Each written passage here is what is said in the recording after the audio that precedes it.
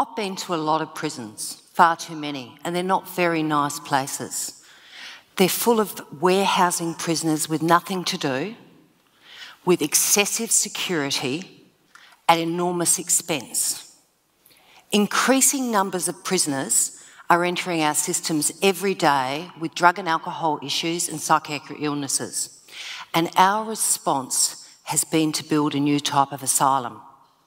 And people are cycling through them again and again and again. We have to remember that almost every prisoner is going to re-enter society. There is no point to what we're doing. It's nonsensical. And I'm going to look at a new approach. Pack 'em, stack 'em and rack 'em doesn't work. So what I'm going to do today is provide 8 principles for a new era of prisons, and then I'm going to take you for a walk around of what such a prison would look like. So the first one that we really all need to remember, that imprisonment is the punishment. The deprivation of liberty is the punishment. Sending someone to be away from society is the punishment. You shouldn't care whether they have chicken wings at Christmas. The deprivation of liberty. The next thing is that we're using excessive amounts of security. Extraordinary amount of our money is going on technology. And we lap it up. Every new part of security we buy it. And I'm saying that we can be smarter with this and we can invest in people. The next one is every prisoner in our prison system should be safe. And they're not safe at the moment. They're being raped. They're getting hepatitis C. A whole range of different things that is happening to them. And you as members of the public should care about that, because one day that might be you or your son or your daughter. The next one is that we need to understand this is a group of people with drug and alcohol needs, issues, and with psychiatric illnesses whose health needs are not being met. And prison is a really good intervention to meet people's health needs. And the next one is, I don't believe that any prisoner should have a meal delivered. I don't think that any prisoner should have their laundry done. I think that every prisoner needs to learn life skills. And they also need to learn social skills, because almost behind every one of those people that go before the courts is somebody who's unable to resolve conflict without resorting to violence. If you look at almost every case, it is the inability to be able to communicate, and these are really important skills. The next one, and the second final principle, is that prison should do the least damage. Winston Churchill once said, "First we build and we shape our environments, then ours shape us." If we shape a harsh environment, then we're going to shape harsh people who will come back into our society. And that's what's happening. And the last one, and this is somewhat profound, is that prison should be beautiful. It costs no less to make something beautiful than making something ugly. Why would you have an ugly building where you can have a beautiful building? Architects want to design beautiful prisons. Why aren't we insisting on that? So let's have a look at what a prison that I imagine might look like. First of all, it's going to be welcoming. It's going to welcome you. And really, I really do mean that. It's going to welcome you because you're going to be part of that community. The next one is that you're going to be met, and you're going to be met with a respect. That means that you'll be interviewed when you arrive. You'll have a health assessment. They'll see who might be in the prison that might be dangerous to you. A whole range of other things. And of course, one thing that happens in prison now is that you're strip searched. Why are we strip searching people? We have the technology not to do such a punitive thing. And while after you've not been strip searched, you get to keep your own clothes because it's cheaper. So From this model prison, you're going to walk to your accommodation. It's going to be in a normal house, or what looks like a normal house, through a beautiful environment. And that house might have security features installed within it, but it's going to look like a normal house. And in fact, it'll look like just about every model of the housing trust version of houses. It's going to have areas that you can sit outside with, because we want you to learn social skills.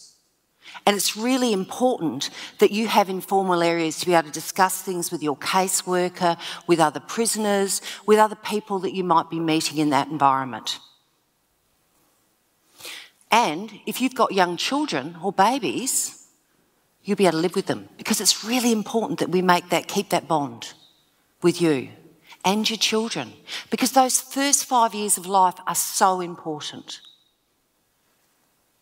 And you'll have a lounge room. It'll have a television, and as part of your social skills, you're going to have to negotiate what television programs that you watch with the 3 to 7 other people that live in that same house with you.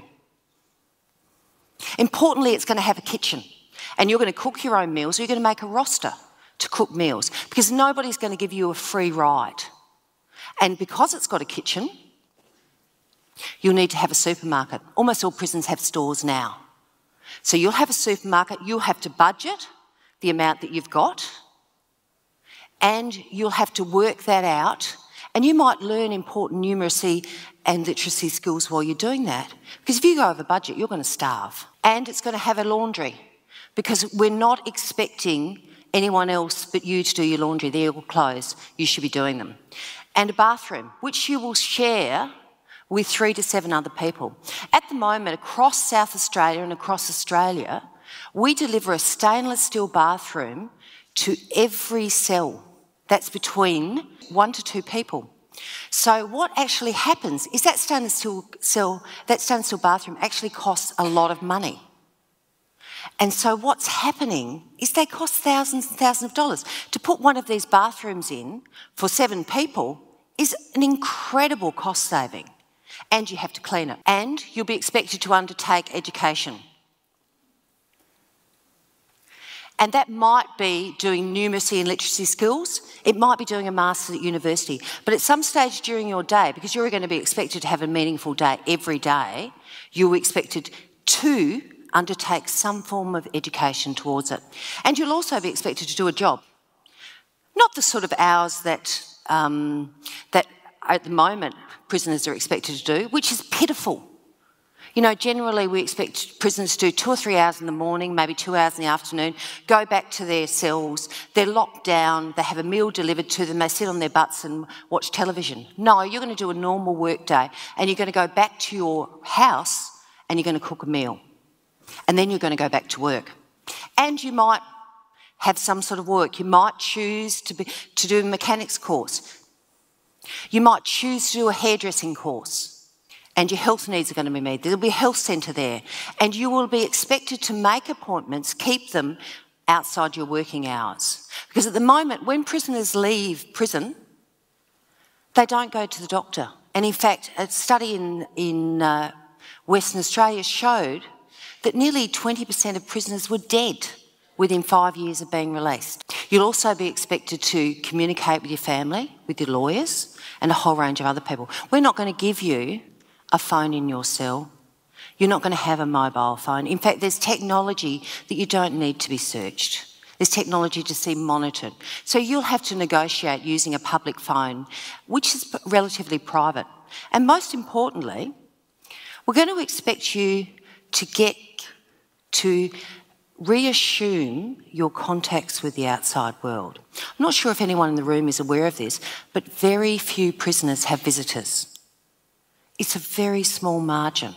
Most of them have, for various reasons, lost contact. Families don't want to visit. So in this prison, we're going to provide a very beautiful visiting area, and we're going to provide transport for your visitors to actually come and see you. And we're going to expect you to maintain that contact, to have some support. And because they're coming, you obviously need to have a meal with them. So there'll be a cafeteria, and there'll be someone to kick a ball, and there will be beautiful spaces.